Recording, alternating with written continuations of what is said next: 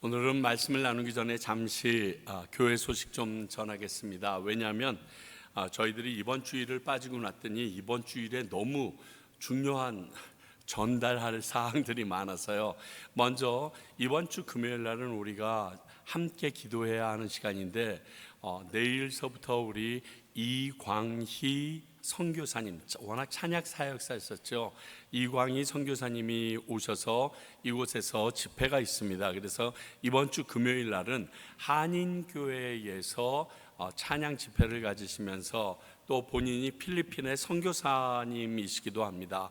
태양광을 들고 다니면서 전기가 들어가지 않는데 지금까지 계속 구급해 오신 분인데 그 찬양 집회, 간증 찬양 집회가 있습니다.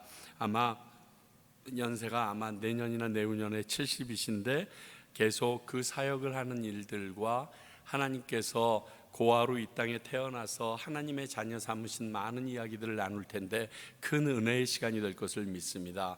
금요일날 저녁 8시에 한인교회에서 있고, 그것을 미처 시간이 되지 못해서 못 가시는 분은 사랑의 교회에서 토요일날 6시에 다시 한번 집회가 있습니다. 여러분 기억하시고 많이들 참석해 주시기 바랍니다. 그리고 이번 주 토요일 날은 우리 운영위원회 운영위원이 회의가 있습니다. 이번이 마지막 주 토요일이라서 여러분들께서 나눠드린 표를 보면 아실 수 있지만 운영위원들 기억하셔서 함께 참석해 주시기 바라고요. 그리고 다음 주일, 돌아오는 주일은 우리 성찬식이 있습니다. 그래서 1부, 2부 예배 다 성찬식이 있고 그 성찬식을 위하여 여러분 준비하고 와주셨으면 좋겠고, 또 학부모 기도 모임도 있습니다. 여러분 이를 위해서도 여러분들께서 기억하시고 참여해 주시기 바랍니다. 오늘 함께 나눌 말씀 나누겠습니다. 요한복음 4장 27절부터 34절까지의 말씀입니다. 요한복음 4장 27절부터 34절까지의 말씀으로 사마리아 여인과의 세 번째 연관된 내용입니다. 저와 여러분이 한 절씩 교독하시도록 하겠습니다. 제가 먼저 27절 읽겠습니다. 이때 제자들이 돌아와서 예수께서 여자와 말씀하시는 것을 이상히 여겼으나 무엇을 구하시나이까, 어찌하여 그와 말씀하시나이까 묻는 자가 없더라. 여자가 물동이를 버려두고 동네로 들어가서 사람들에게 이르되 내가 행한 모든 일을 내게 말한 사람을 와서 보라, 이는 그리스도가 아니냐 하니 그들이 동네에서 나와 예수께로 오더라. 그 사이에 제자를 청하여 이르되 랍비여 잡수소서. 이르시되 내게는 너희가 알지 못하는 먹을 양식이.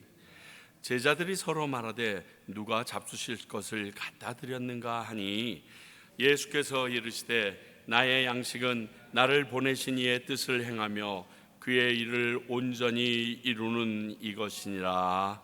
아멘. 오늘 말씀은 예수님께서 사마리아 여인에게 자신이 메시아다, 내가 그로다, 네가 말하는 메시아 오신다고 하는 사람인 내가 그로다라고 알리셨을 때 예수님의 제자들이 음식을 구하러 동네에 갔다가 딱 맞춰서 왔다라고 27절은 우리에게 알려줍니다.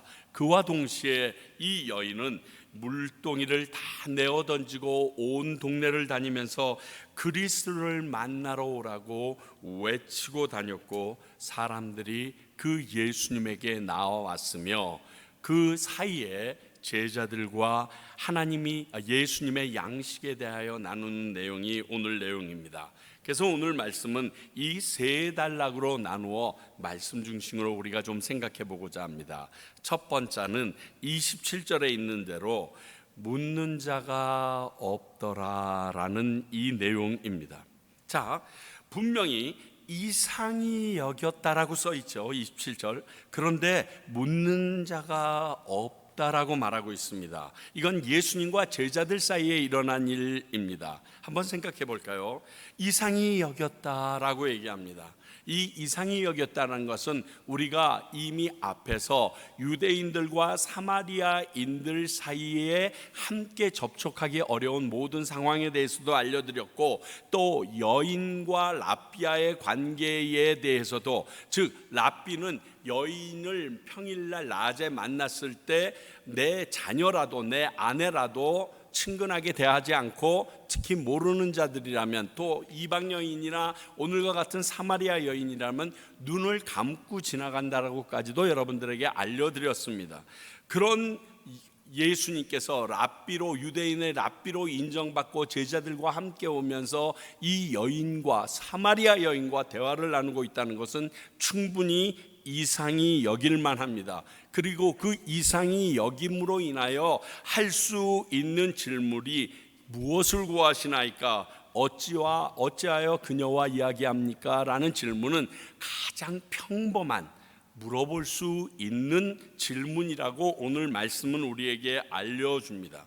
이것은 한마디로 이런 예수님의 행동이 당시 유대인 랍비로서 일반적인 행동은 아니었다라는 사실을 확연하게 들려줍니다.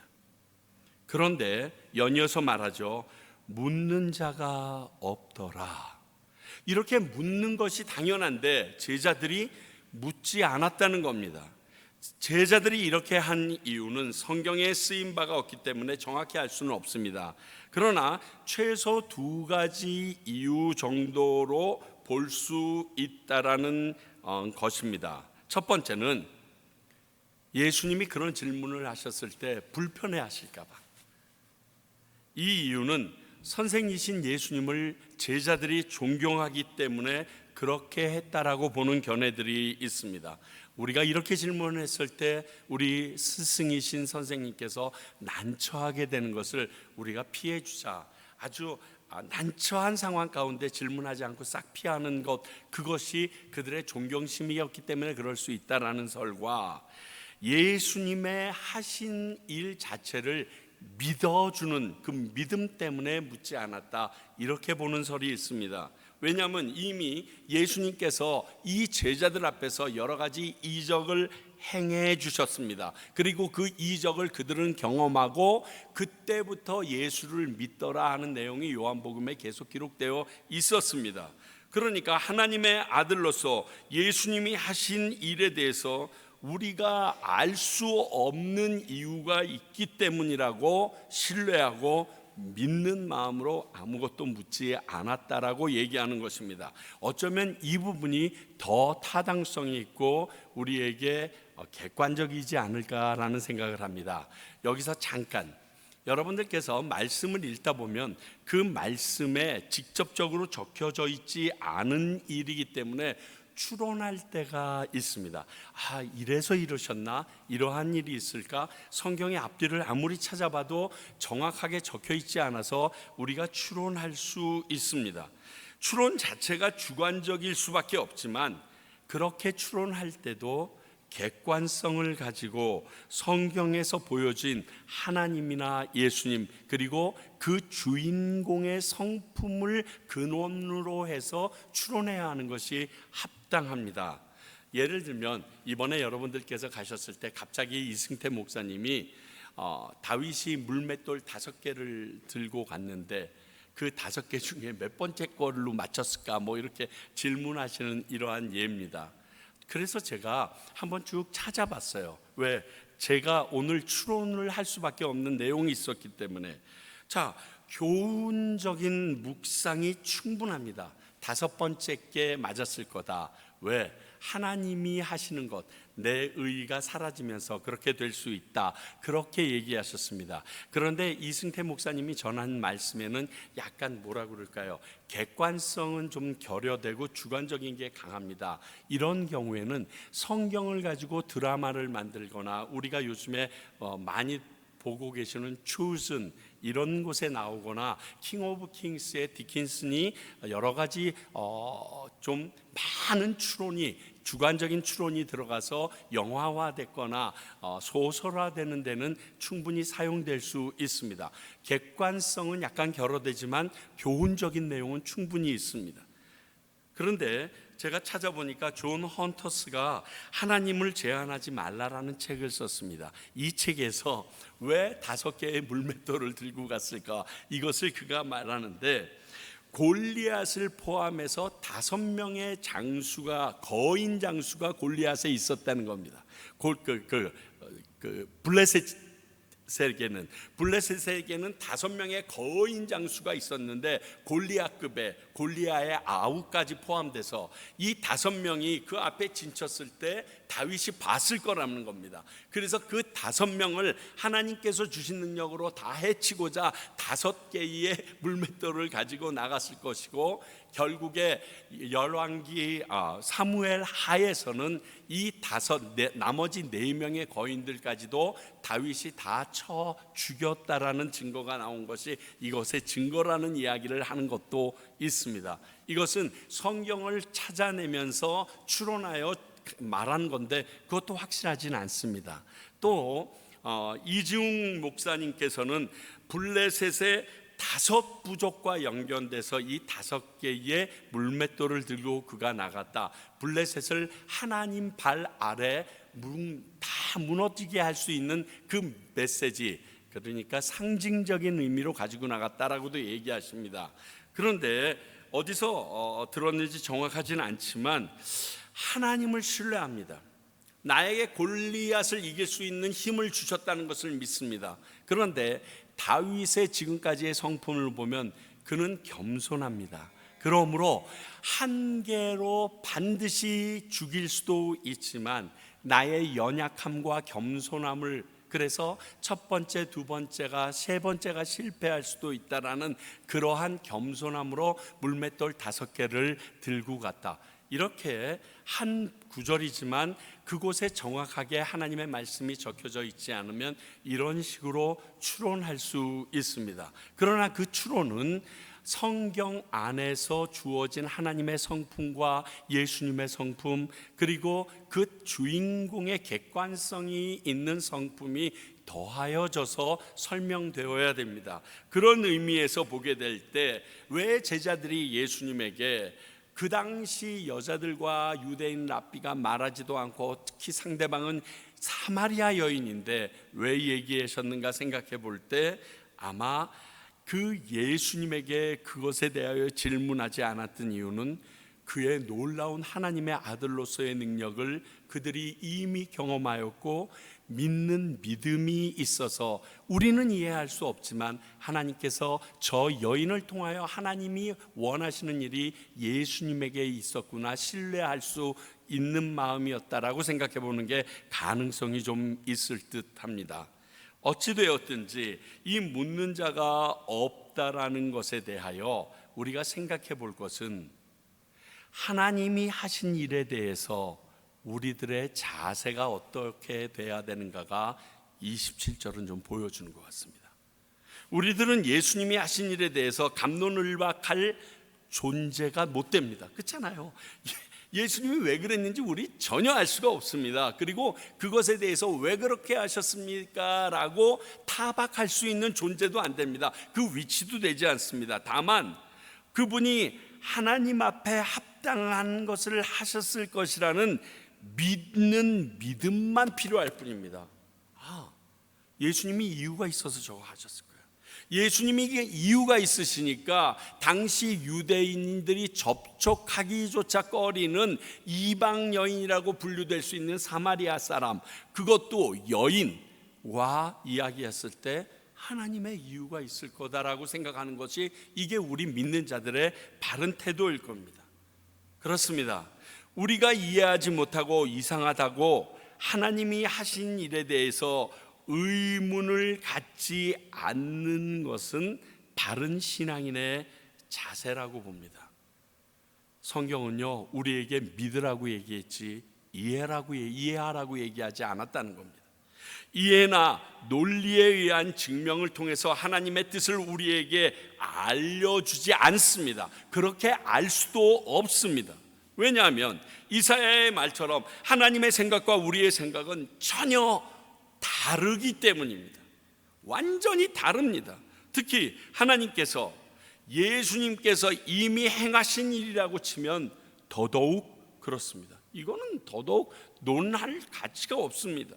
그렇게 성경 말씀에 대한 논의와 의문들을 나누는 것은 당연한 일입니다만 그 출발이 의심과 하나님에 대한 비판으로 시작되는 것은 바른 태도는 아닙니다.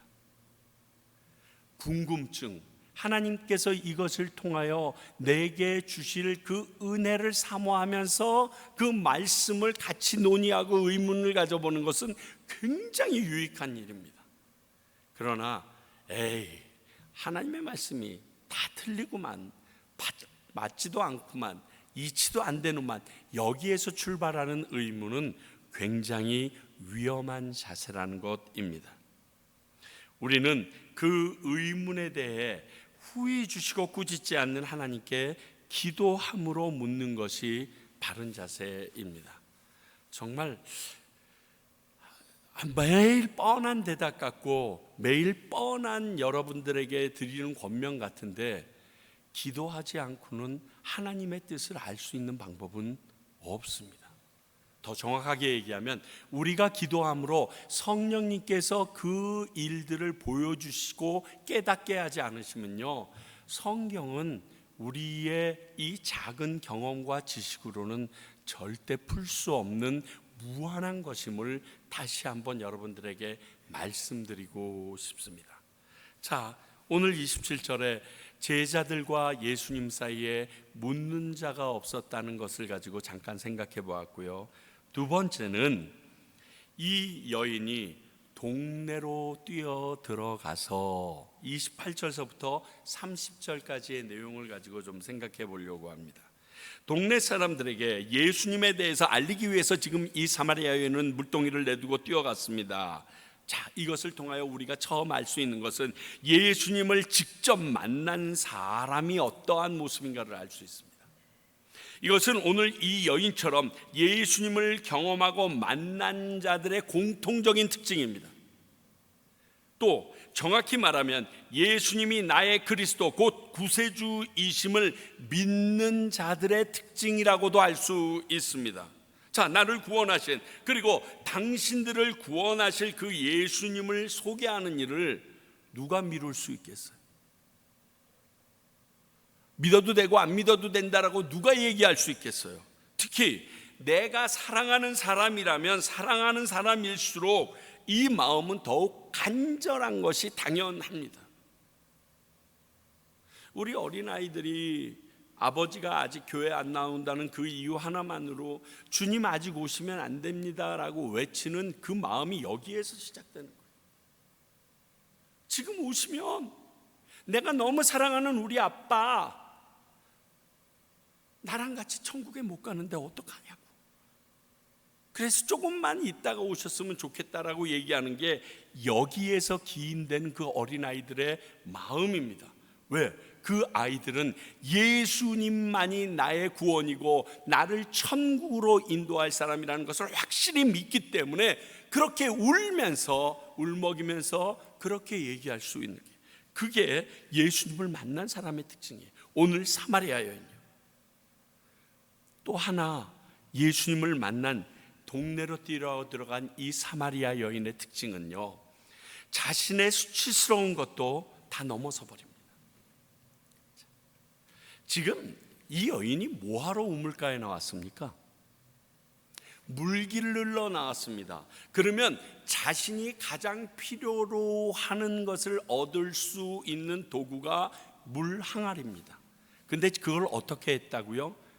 여기다가 보니까 버려두고, 다른 말로 얘기하면 이 물 항아리의 필요성, 이 도구성에 대해서 포기하고란 뜻이에요.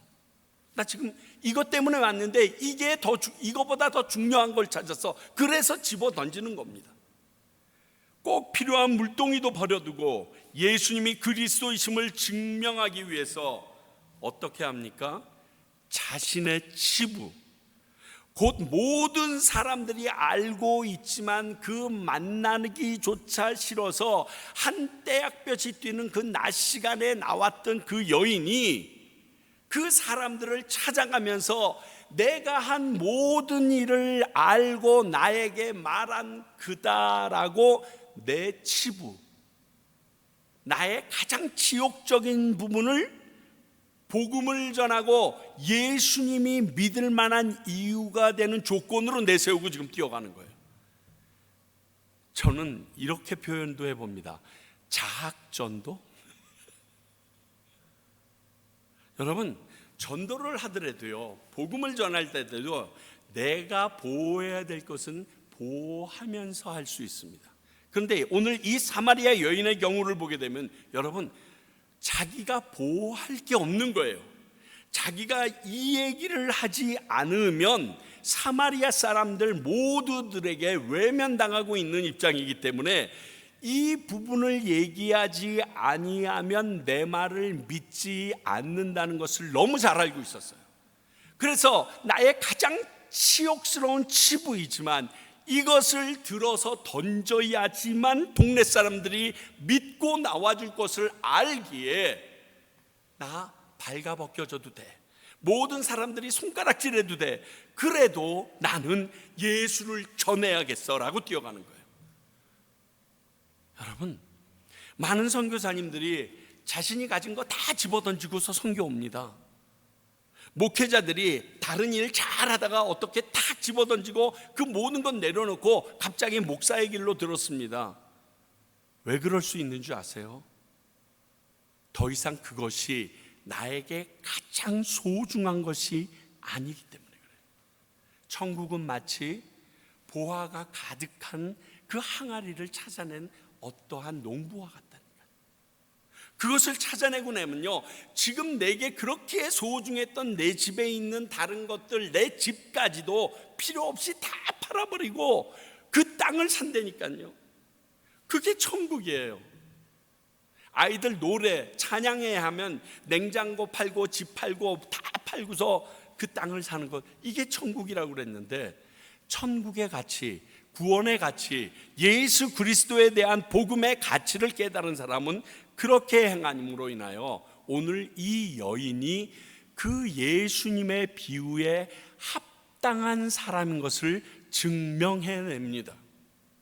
나 창피당해도 돼, 수치당해도 돼, 손가락질해도 돼. 왜? 나는 천국을 얻었어. 예수 그리스도를 만났어. 구세주를 만났어. 이겁니다. 이는 사도 바울이 자신이 예수님을 핍박하던 죄인임에도 자신을 만나준 예수님을 전하기 위하여 사용했던 방법과 똑같습니다. 디모데전서 1장 15절 볼까요? 미쁘다 모든 사람이 받을 만한 이 말이여, 그리스도 예수께서 죄인들을 구원하시라고 세상에 임하셨도다 하였도다. 죄인 중에 내가 괴순이라. 뜬금없이 이 말 왜 써요? 내가 죄인으로서 있을 때 그분께서 나를 구원해 주셨다. 내가 회개하고 예수님의 복음을 전하고 예수님을 전도할 때 나를 만나 주신 게 아니라 내가 예수님을 여전히 핍박하고 있다라고 얘기하실 때 나를 만나 주셨다. 그러니까 나는 죄인들 중에서도 괴수가 맞는다 라고 얘기한 오늘 이 모습이 예수 그리스도가 우리가 기다리던 메시아라는 것을 전하기 위해 했던 사도 바울의 마음과 오늘 이 여인의 이 모습과 같다라는 것이에요. 그래서 바울은 로마서 5장 8절에서 이렇게 표현하죠. 우리가 아직 죄인 되었을 때에 그리스도께서 우리를 위하여 죽으심으로 하나님께서 우리에 대한 자기의 사랑을 확증하셨다라고. 왜? 난 경험해 봤거든. 바울 사도는 경험해 봤거든요. 내가 아직 죄인이었을 때야. 회개도 안 했는데 찾아왔어. 믿지도 않았는데 찾아왔어. 여전히 그분을 핍박하고 있을 때 찾아왔어. 이 모습이 오늘 이 사마리아 여인의 모습입니다. 우리는 예수님을 전하기 위해서 이렇게까지 열심히 복음을 설명하고 전한 적이 있었는지 좀 돌아봐야 됩니다. 내가 예수님을 전하기 위해서라면 이 예수 그리스도로 저 사람이 구원을 얻기만 한다라면 나는 세상 모든 사람들에게 어떠한 모멸감을 당해도 상관이 없다라는 생각, 그 마음으로 행해봤는지, 아니 내가 복음은 전하지만 그래도 저 인간들에게 이렇게 모욕까지 당할 필요는 없지 않는가, 어느 정도 선을 그면서 복음을 증거하는 삶을 살고 있지는 않은지. 물론 그 모습도 귀합니다. 그 정도만 돼도 대단합니다. 그러나 오늘 이 여인은 아니었어요. 사도 바울은 아니었어요. 예수님을 전하기 위해서 본인의 모든 것이 송두리째 다 쏟아진다 하여도, 사람들에게 손가락질 당한다고 하여도 난 또 상관없어.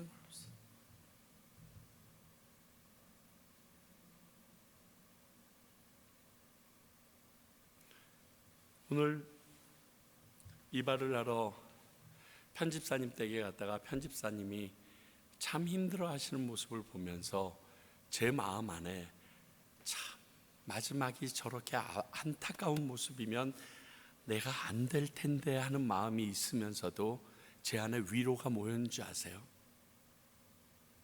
자기 친구, 예전에 함께 신앙생활했던 그 친구가 예수님을 믿지 않고 있다는 그 사실에 대하여 혼자 버스 타고 여기까지 찾아와서 그 친구 집 앞에 쪼그리고 앉아서 내가 어저께 저녁에 꿈을 꿨는데 네가 절벽 끝에 있더라, 너 예수 믿어야 된다, 주님 앞에 나와야 된다라고 전했던 그 모습은 하나님께서 안 잊어버릴 걸 난 믿어요. 그래서 그 어르신의 지금의 모습이 많이 어렵고 정말 안타까운 모습이어도 그 안에 있는 그 뜨거운 마음을 이미 2번이나 확인해 봤기 때문에 우리 하나님께서 편집사님을 꼭 붙잡고 계시리라는 것을 전 조금도 의심하지 않아요. 나라면 그럴 수 있었을까? 정말 창피하지만 못합니다. 그렇게까지 못할 것 같아요. 오늘 이 여인의 모습이 거기에 투영되듯이 비치면서 내 마음이 너무 절박할 정도로 부끄러웠습니다. 예수님이 어떤 분이신지 믿는다면 그래야 하는 겁니다. 오늘 이 여인처럼 이럴 수 있어야 하는 겁니다. 이 여인에게는 그들도 이 예수님을 만나게 하는 것이 목적이에요. 그거 하나밖에 없는 거예요. 왜냐하면 이 여인이 지금까지 한 말을 보아 유대인들에게 배척받는 사마리아인에게서도 메시아가 유대 땅만이 아니라 사마리아 땅에도 와주었다라는 놀라운 복음을 저는 받은 거예요. 당시 사마리아 사람으로서, 특히 이 죄 많은 여인으로서 예수님이 나를 찾아와 준다는 건 상상할 수 없는 일이에요. 메시아가 나를 만나기 위하여 온다는 건 상상할 수 없는 일이에요. 그런데 우리가 그리심산이냐 예루살렘이냐 이거 논하고 있을 때 그거 다 아니다, 그분이 오실 때는 됩니다. 그런데 내가 그다, 유대 땅에만 와줄 줄 알았던 그 메시아가 모든 유대인들이 외면하는 사마리아 땅에 직접 모셔서 내가 너희들의 예배를 받기 위하여 왔다라고 얘기해 주셨다는 거는요, 상상할 수 없는 은혜거든요. 이거는 나만 들을 게 아니라 유대인들에게 열등감을 가지고 있는 자기들의 동료 이 사마리아 백성들에게 너무 큰 복음의 소식이거든요. 가만히 있을 수 없는 거예요.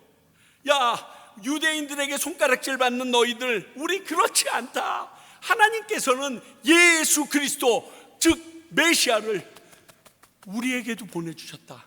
이 사마리아 땅에 직접 지금 그 얘기를 하고 싶은 거예요, 이 여인은요. 그러니까 뛰어들어간 거예요. 누구에게? 사마리아 사람들에게. 우리가 잘못 알았다. 우리 하나님은 그런 하나님이 아니었다를 얘기하고 있는 거예요. 이제 우리에게도 구세주가 오셨다는 유대인들이 전혀 상상하지 못할 그 기쁨의 소식을 지금 전하기 위하여 뛰어가고 있었던 것입니다. 이 여인의 모습을 보면 하늘나라에 가면 이 여인이 예수님의 발꿈치에 앉아 있을 것이 확실해요. 얼마나 행복했을까요? 얼마나 기뻤을까요? 성경에는 나와 있지 않지만 이 여인의 앞으로의 삶이 어찌했을 것인가는 두말할 나위가 없지 않았겠어요. 오늘 이 여인의 모습은 우리에게 그것을 보여줍니다. 마지막으로 31절서부터 34절까지는 예수님이 먹으신 양식에 대해서입니다. 제가 양식, 즉 여기서 말하는 것은 먹거리를 말하거든요. 이 양식, 먹거리라는 것에 대해서 사전적인 정의를 보니까 우리의 몸이 생존하기 위하여 필요한 힘을 주는 것들, 이렇게 써 있더라고요.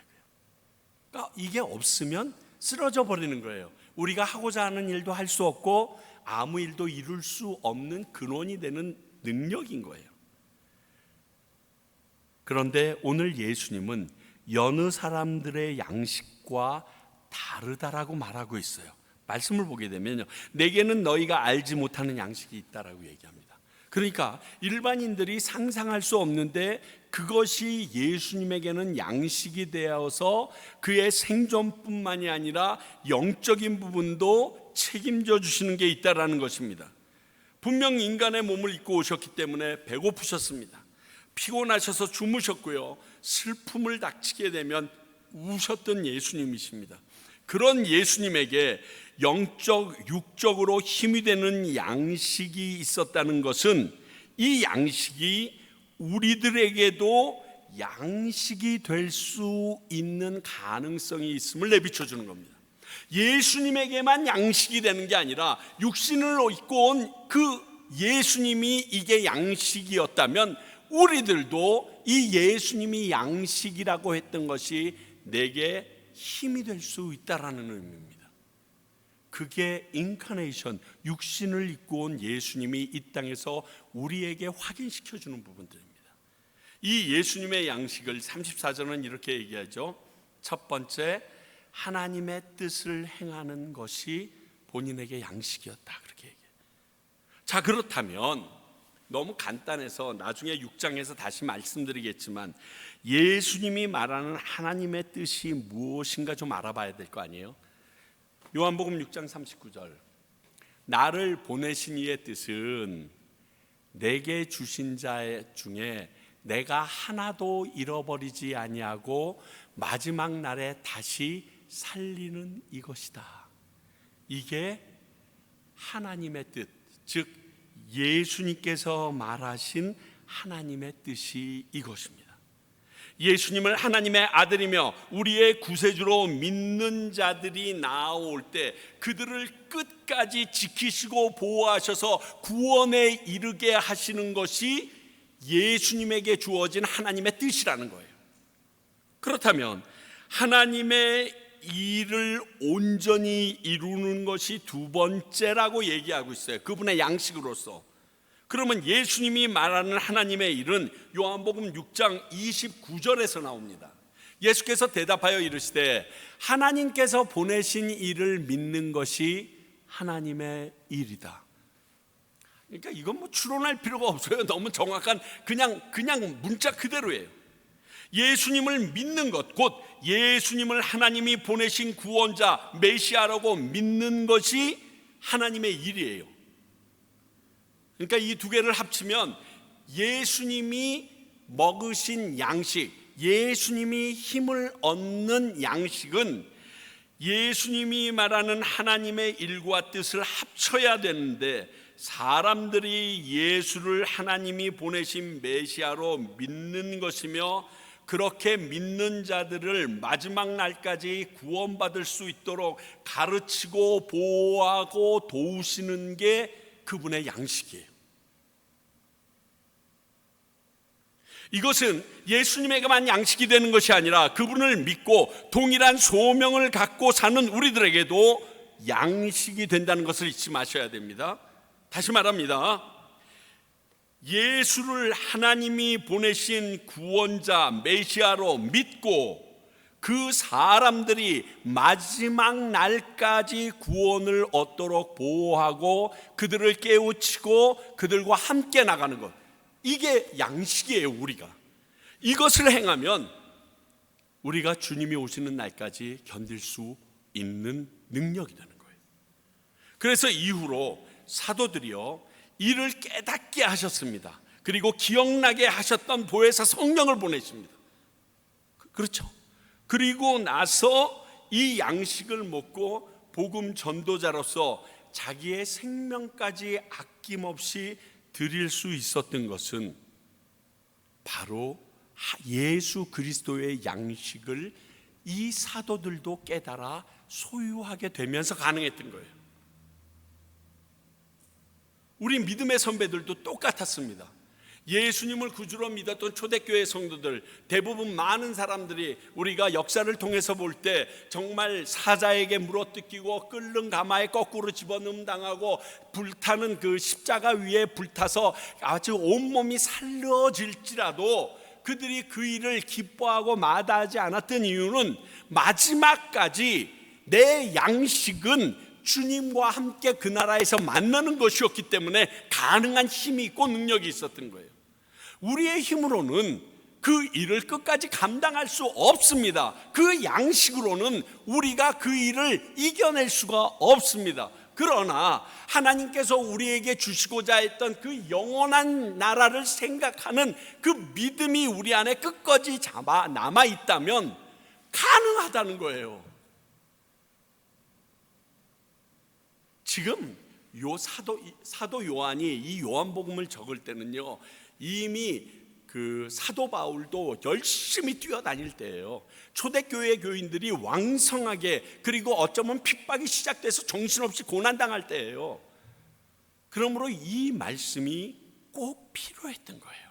우리 야고보서 보듯이 지금 사도 요한이 적은 이 요한복음이 꼭 같은 시대에 필요했던 말씀으로 그들에게 적혀져 있는 것입니다. 어떤 의미로 이 말씀이 쓰여졌는지 이제 아시겠습니까? 반대로 우리가 그 선택 앞에서 망설이고 흔들리는 이유는 오늘 예수님이 말씀하신 이 양식을 내게 영양가 있는 양식이라고 믿지 않기 때문에 그런 거예요. 사람이 사는 게 대단한 차이가 나지 않습니다. 특히 죽음 앞에서 사람들의 모습을 보면 저는 그걸 확실히 느낍니다. 그렇다면 더 영원한 것을 위해 사는 것에 관심을 가지는 것이 바른 행동 아닐까요? 그것을 목적으로 추구하는 우리들의 모습이 더 가치 있는 게 아닐까요? 하나님의 일과 그분의 뜻을 위해 살아가는 평강교회, 그것 때문에 살아가는 저와 여러분들, 이것이 오늘 이 사마리아 여인이 보여줬고 이 땅에 오신 예수님께서 양식 삼아 살아오신 모습이라는 거예요. 우리도 이 모습을 그대로 배워서 그분의 제자로서 바르게 살아갈 수 있는 저와 여러분이 되기를 소원합니다. 기도하겠습니다. 하나님 아버지, 제자들의 모습, 이 사마리아 여인의 모습, 그리고 예수님의 말씀, 저희들이 이것들을 보면서 저희 안에 부족하고 연약하고 더욱 든든히 세워져야 될 것이 무엇인지 나누었습니다. 아버지여, 내 힘과 내 의가 아닌 하나님의 것으로 되어질 수 있음을 믿습니다. 저희들의 믿음을 더욱더 굳건하게 하옵시며 그 믿음 안에서 하나님의 일과 하나님의 뜻을 양식 삼아 살아가는 저희들 그리고 평강교회 되게 하여 주시옵소서. 지금은 우리 주 예수 그리스도의 은혜와 하나님의 크신 사랑과 성령님의 말씀하시고 기억나게 하시는 능력이 오늘 이 여인처럼 또 예수님이 살아갔던 그 방식처럼 살기 원하는 주님의 귀한 백성들과 그들을 가르치는 그러한 전당이 되길 원하는 평강교회와 그것을 깨달았기 때문에 이 여인처럼 이 땅에 나와 복음을 전하는 수많은 선교사님들을 위해 이제로부터 영원히 함께 하시기를 간절히 축원하옵나이다. 아멘.